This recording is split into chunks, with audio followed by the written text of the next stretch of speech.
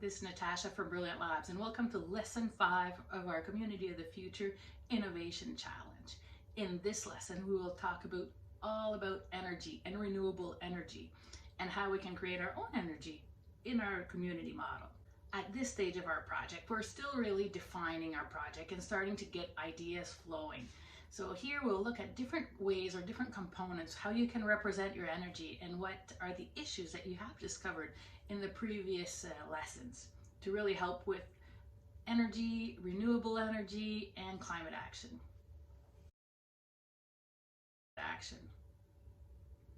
Take time, note your ideas and your reflections in your student journal. Take time with your class members to discuss this subject. Why do we talk about energy when we talk about climate action?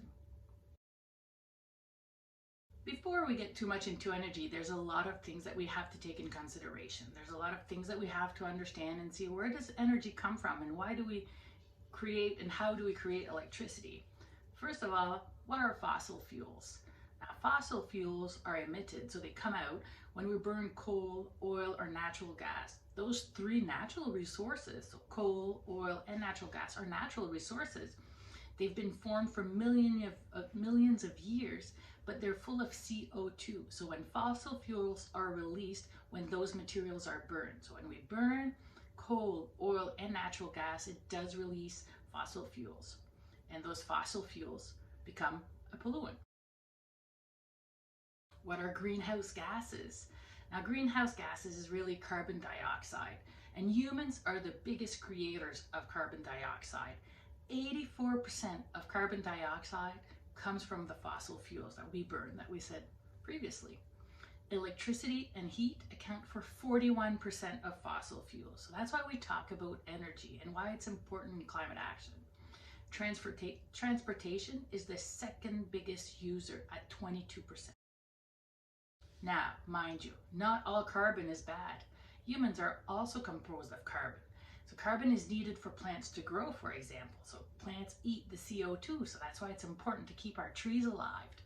Microbes in the soil need the carbon to make our food grow. So some levels of CO2 or carbon dioxide is important for our planet. But how much is too much? Chemicals are killing the microorganisms, microbes needed to help food grow. So when we think of these chemicals that are everywhere, it's killing these microbes that are helping us, that we need, but it's also, we have too much CO2.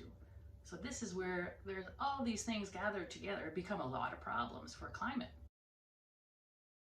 So fossil fuels are also responsible for greenhouse effects. The greenhouse effect is when those gases are trapped in the Earth's atmosphere, in this like bubble that surrounds the Earth, which results in the climate getting warmer.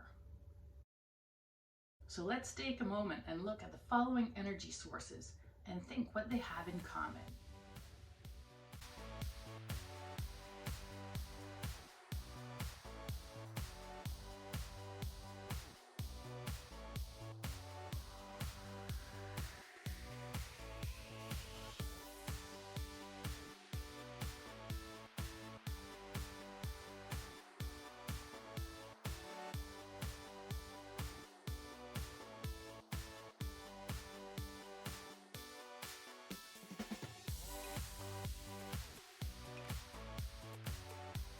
All those sources are renewable sources of energy, meaning we rely on weather to create them. The sun will shine every day, the wind will blow, the water will flow. So these are renewable sources. It happens every day.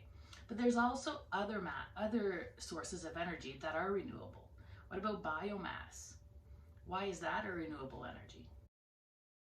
Even if they are renewable sources of energy, they still have an ecological impact from those sources. What are they? If you take a look at these pictures, what can you think the ecological impacts are from those energy sources?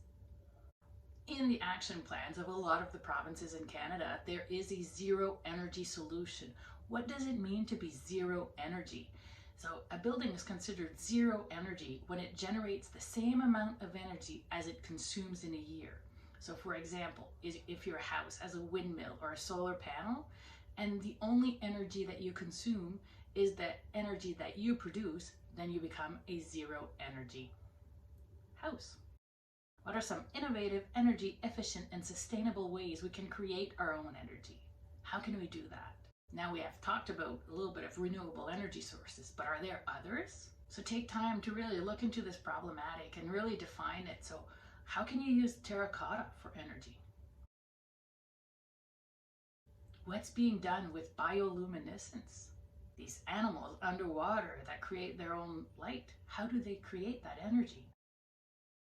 Can you grow electricity or energy in your soil? These are some crazy questions, but hey, take time, really look at them and research and find ideas. When you look at what's around in your community and what's there, what type of renewable energy would be the best for your community? Well, we hope you enjoyed lesson 5 on renewable energy. I'm Natasha from Brilliant Labs. We also hope to see your projects at our Maker Fair. Don't forget to reach out at info@brilliantlabs.ca, and we do hope to see you for lesson 6 of our Community of the Future Innovation Challenge.